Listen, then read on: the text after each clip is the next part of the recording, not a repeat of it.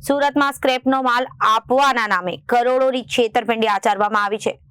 SAS overseas and radiant ઓવરસીઝના નામે મોરિશિયસ અને ભારત વચ્ચેના સ્ક્રેપ સપ્લાયની લાલચ આપી યુવકને વિદેશનો સ્ક્રેપ સસ્તામાં આપવાની વાતમાં ભેળવીને તેની સાથે છેતરપિંડી આચરવામાં આવી હતી।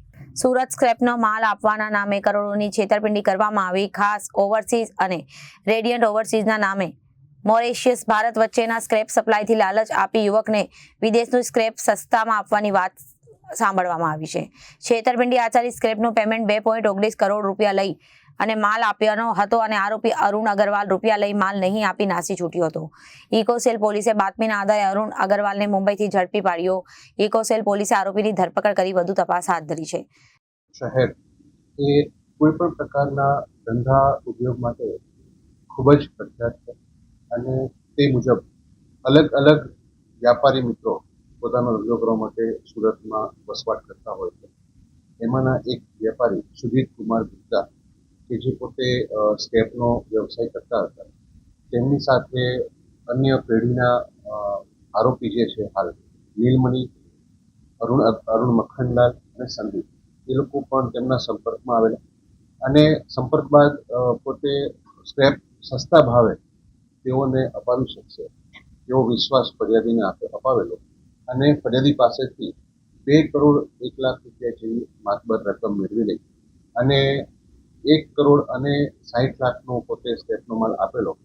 બાકીના 31 લાખ રૂપિયા ચૂકવવાના બાકી હતા। એ દરમિયાન ફરી વખત તેમણે ફરિયાદીને વિશ્વાસમાં એ લીધા કે બાકીના જે 31 છે તમે બીજા પણ અમને 71 લાખ રૂપિયા જેવી રકમ આપો, અમે તમને વધારે સ્ક્રેપનો માલ સસ્તા ભાવે અપાવીશું।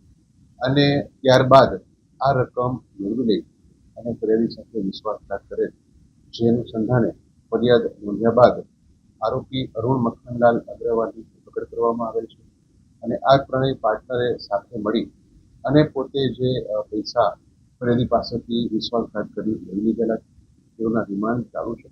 પૂછપરછ કરી હાલની આગળની તપાસ ચાલુ છે। આરોપી અરુણ મખનલાલ અગ્રવાલની હાલ ધરપકડ કરવામાં આવે છે। તેઓના ગુનાહિત ઇતિહાસ બાબતે પણ હજી તપાસ ચાલુ છે અને ભવિષ્યમાં જો તેઓના વિરુદ્ધમાં અન્ય કોઈ જગ્યાના ભારતના કે ગુજરાતના કોઈ પણ ગુના અમારી જાણમાં આવશે તો એ અનુસંધાને વિશેષ તેઓના વિરુદ્ધમાં પણ કાયદેસર કાર્યવાહી। Reporter Arvind Rathod, Janadesh news, Surat.